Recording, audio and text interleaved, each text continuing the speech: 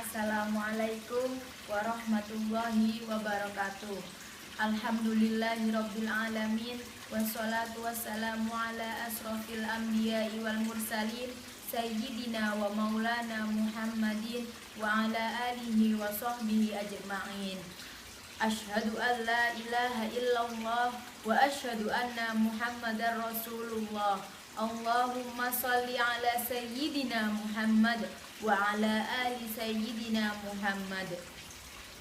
Rabbi shrah li sadri wa yassir li amri wahlul 'uqdatam min lisani yafqahu qawli bi rahmatika ya arhamar rahimin. Shadaqallahul azim. Amma ba'du. Marilah kita panjatkan puji syukur kehadirat Allah Subhanahu wa ta'ala yang telah melimpahkan begitu banyak kenikmatan sehingga pada hari ini, pada jam ini, pada detik ini kita masih bisa menghirup nafas dari Allah Subhanahu wa ta'ala secara gratis. Coba teman-teman bayangkan, jika Allah sudah menarik dari hembusan nafas yang kita hembus, yaitu misalkan Rp1.000 saja, apakah kita sanggup untuk membayarnya? Apakah setiap hari kita hanya menghirup nafas 10-20 hembusan saja? Itu tidak mungkin, karena kita tidur pun juga kita tetap menghembus nafas kita. Marilah, maka dari itu kita patut untuk bersyukur kepada Allah Subhanahu wa ta'ala atas kenikmatan yang telah Allah berikan kepada kita, karena Allah juga sudah janji kepada kita bahwa jika engkau bersyukur kepadaku, maka aku akan tambah nikmatmu. Yang kedua, marilah kita senantiasa panjatkan sholawat serta salam kepada junjungan kita Nabi besar Muhammad Sallallahu Alaihi Wasallam yang telah melimpahkan rahmat, yang telah berhasil membimbing kita dari zaman jahiliyah menuju zaman yang ilmiah, yaitu adinul Islam wal iman. Teman-teman yang dirahmati oleh Allah, saya di sini mengambil video ini karena mendapatkan tugas dari Bapak Ahmad Munir sebagai dosen saya pendidikan agama Islam, sekaligus memenuhi nilai ujian akhir semester. Dan izinkanlah saya perkenalan terlebih dahulu. Perkenalkan, nama saya Dewi Permatasari Nur. Saya biasa dipanggil Dewi.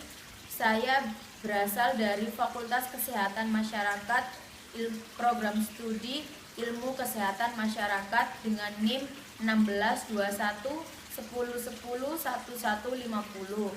Saya berasal dari kota Sidoarjo, tepatnya di perumahan Jetikalang Puskatar, Blok E nomor 20, Kecamatan Taman, Kabupaten Sidoarjo. Cukup sekian perkenalan dari saya, mungkin sudah cukup. Lanjut ke materi, yaitu pada zaman sekarang ini kita pasti sudah mengetahui bahwa media sosial sangat berguna untuk kita semua, mulai dari anak-anak, mulai dari orang tua, bahkan sampai kakek nenek pun juga sangat memerlukan media sosial. Karena apa? Media sosial juga sangat berpengaruh dan mempunyai arti penting dalam kehidupan kita di era globalisasi ini, yaitu contohnya media sosial dapat mendekatkan kita yang jauh menjadi dekat. Contohnya saja yang di Kalimantan, orang tuanya yang ada di Surabaya, kan bisa tuh ya, bisa mendownload aplikasi yang ada di Play Store dan kemudian video call. Teman-teman pasti sudah mengetahui kan cara penggunaan video call, yaitu tinggal mengklik saja kita sudah berasa bahwa kita itu dekat dengan orang itu. Jadi media sosial itu bisa mendekatkan yang jauh. Namun, apakah teman-teman juga setuju dengan pernyataan bahwa media sosial itu bisa menjauhkan yang dekat? Contohnya saja, saya di Fakultas Kesehatan Masyarakat sedang mengadakan kerja kelompok atau belajar bersama. Memang awalnya kita sudah menyiapkan dengan baik, yaitu dengan membawa alat tulis, membawa buku, menyiapkan pertanyaan-pertanyaan yang akan diajukan, itu sudah disiapkan. Tapi apakah kerja kelompok tersebut akan berjalan dengan semestinya atau dengan lancar sampai akhir? Saya yakin itu tidak.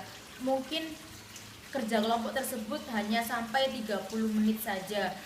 Mereka pasti di 30 menit itu pasti sudah pada main HP atau sibuk dengan media sosialnya.